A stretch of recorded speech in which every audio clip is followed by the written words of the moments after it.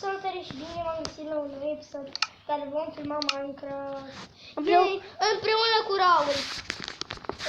Aici mi s-a descărcat telefonul, dar vine imediat, stați. Da, joc acum mai drag. Am 17 lemuri. Eu am trebuie 2. 2? Dar și dacă trebuie m-am apucat să stai cu pacul. Eu am 6. E fiindcă tu ai apucat înainte. Da, sper să vă placă acest videoclip. Cât de rău să mă las YouTube. Că a fost special să-l iau pe Raul la mine acasă, să filmăm toată noaptea. Că nebun. Cam proste, cam satana. Până satana. Satanistul. Vine satanistul. Oh! Îmi place și de flori, salatul de satana. De fapt, când... Satana, frate. Cine n-ar vrea să împăta cu satana? Și am uitat. Abonați-vă la Antogani. Facem canal foarte șmecher. Și abonați-vă și la Raul, bă. Să strângem până la 50.000 de like-uri. Raul, cum se cheamă? Nu știu, am uitat. Raul.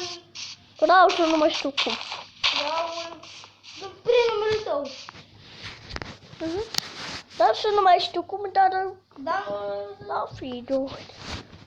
Bă, s-au făcut noapte, eu îmi fac sabie. Nu-mi pasă tachete lemn. Știi ceva, dau pe setting. De ce? Că așa vreau.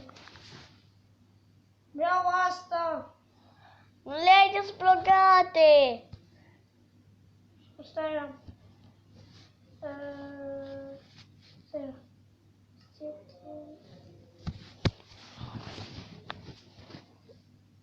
Nu. Îi dau pe... Creativ? Pe ce? Pe nord, pe ceva. Ăla care e zero, cu zombie ca să nu vină să-mi balai. Da. E nene, cum ai ieși? Eu apărat pe fac 30 de lei. Băi, Măi, satana, lasă-mă. taci, satana să împăta. Cum băta cu satana, ce visezi? Băi, vreau să vină satana cu Herobrine. Satana, măi, cu Herobrine. Ce, să vină în Minecraft? Să vină satana cu tot cu Herobrine.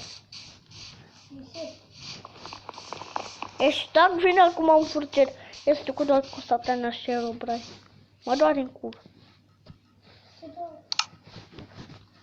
Și ce-ți pasă ție? Când pasă? Verișorul?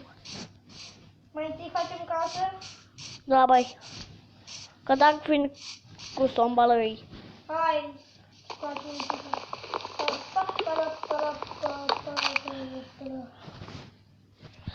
Deci, unde să facem casă cu vorba? Nu știu, avem deja un loc, în copaci. Da, de ce copaci, vezi? Ce visezi, vezi? E, vreau să... Ia fac în copaci. Eu să fac o casă mică. Mică, frumusică. Pe la coaiețică. Mai unde ești tu, ai și loc mult. Deci așa am găsit un loc. Băi, dar ce casă, 2 lei. Da, băi. Te ajut? Da, uite. Corect. Vrem? Da. O să te-l arunc. Vino să-ți dau, nene.